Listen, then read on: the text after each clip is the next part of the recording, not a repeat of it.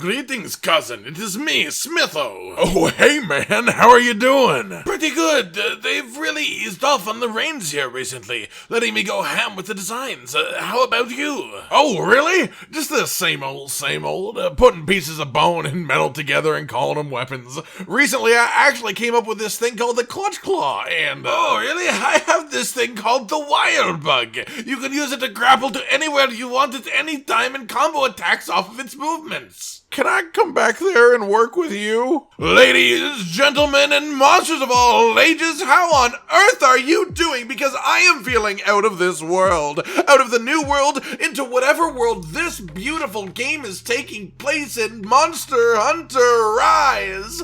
And as someone who mains any given weapon in Monster Hunter, depending on what day of the week it is, today I'm here to have a look at and break down all of the combat that we saw in the trailer and gameplay today from the perspective of the individual weapons that we have seen. For those wondering, we got to see a ton of our new tool, basically the completely revamped and reworked Clutch Claw, the Wirebug. We also got to see a little bit of Greatsword, a little bit of Charge Blade, just a touch of Insect Glaive, a momentary glimpse of the Gun Lance, something actually super neat from Sword and Shield, and then a healthy little dose of Dual Blade. So, let's start with the Wirebug. The main thing that will change most of our movesets from other Monster Hunter games to Rise will be this Wirebug. Like the Clutch Claw and Iceborne, you'll be able to use it within your combos to augment your attacks, but you'll also be able to use this in far more fantastical ways of movement, just as traversing around the map, such as even just launching yourself into the air at a whim. I can fly! It is also very specifically mentioned that the hunter carries several of these at a time, which leads me to believe that some weapons will be able to use multiple Wirebugs at a time, like in the same attack. Like either use one to fly upwards and another to mess with your weapon, or just use two with your weapon straight up. Something like Dual Blades would absolutely get along well with having multiple Wirebugs. But mostly, if you like hitting things from the air, this game is going to be a great time for you. As Greatsword exemplifies perfectly here, this game basically has generations level of aerial styles, as you can create jump attacks at will by firing your Wirebug upwards and then swinging down upon your foe, even able to dash in the air after the bug grapple, but before the attack. This is great news. I love aerial type jumpy gameplay, and this bringing it back to the forefront of fighting definitely puts a smile on my face. It makes me happy. Another main way this appears to be used is more of a grounded style with lots of movement. For example, this Charge Blade move that transforms from sword mode into axe mode while zipping forwards towards the monster in one fluid motion. This seems super useful in almost all situations possible in the game. I mean, think about how much easier life would be in Monster Hunter if you could just zip towards and away from monsters on a grappling hook to the sky like in Discount Spider-Man. This is no joke. This is the future of Monster Hunter. Same thing here for the Gun Lance, really, though done a little bit differently.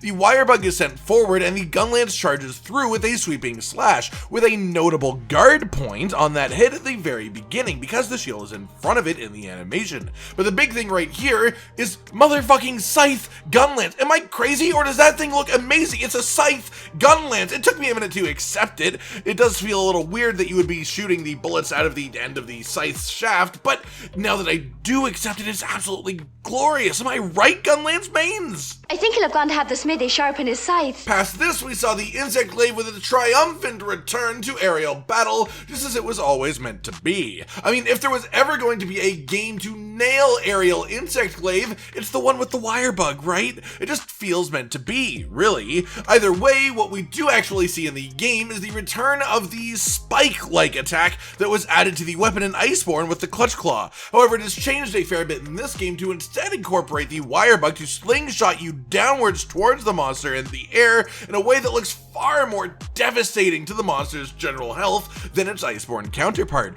Now, I'm not sure if this is a part of that same move or a different thing, but you can see right before that spike attack, the hunter does a secondary jump straight vertically, and I feel like it would be reasonable to assume that move right there to just be a part of Insectglave's moveset, a just vertical dash. Given that now everyone can vault into the air the way that Insectglave normally does, it only seems fair to give Insectglave a slight advantage elsewhere in verticality, and I think that this might be it right here. But yeah, after this we see the spike. Again, this one isn't really a new move, but it is a reworked Clutch Claw move from Iceborne, so it is worth noting that they are definitely taking Iceborne's slinger-based moveset alterations into consideration.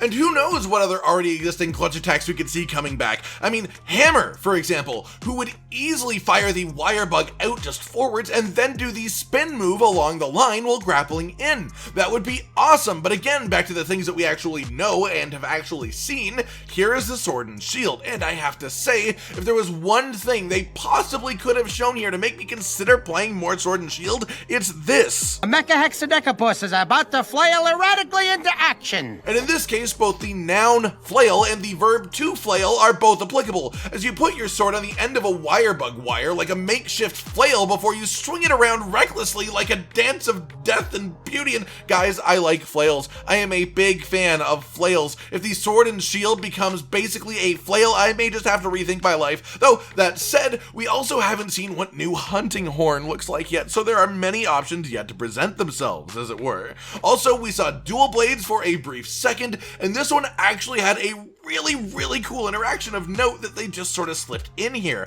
This move right here appears to be the second circle attack in Demon Mode, the one that currently combos into the Clutch Claw in Iceborne, except instead of the Clutch Claw after the vertical slide, he immediately transfers into the beginning of the Beyblade animation down the monster, but the monster's sort of short, so it doesn't really latch on, which implies that on a longer monster or at a better angle, you could combo from your Demon Mode attacks vertically upward into a Beyblade on a creature without stopping your assault for even a moment. And if that is the case, then that is extremely exciting.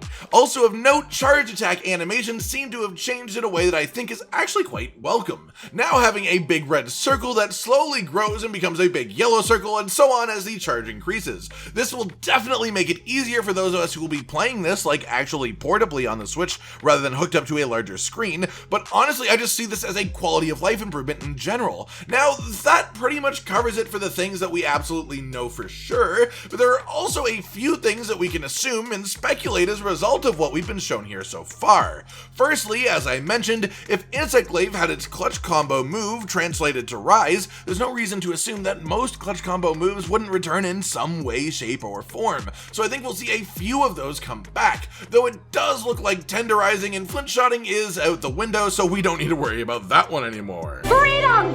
Past this, there is speculation among the community that Hunter arts may make their return, saying that things like the SNS flail spinning move and the Gunlance sweeping strike might actually be a new version of these, an ability that you charge up while fighting a monster to release once it is ready. Personally, I don't know, I think Hunter arts were tied a little bit too closely to Deviants, and Deviants were the main endgame of Monster Hunter Generations, so I just can't see that being a main staple in a new game, though it is worth bringing it up as it is definitely possible. Past this, the next theory, a new weapon, or I guess in this case, a returning weapon from another Monster Hunter game. I have two theories when it comes to this, but the first was actually brought up by a viewer, mentioning that the sparks flying off of this frame of combat from the dual blades in the shape of that left-hand weapon sort of reminds them of the Tonfas, which is an interesting thought for sure. I mean, you obviously can see that the right-handed weapon is a blade, but who is to say that Tonfas couldn't return? Or hell, what if this is just strange dual blades where the right-handed weapon is sharp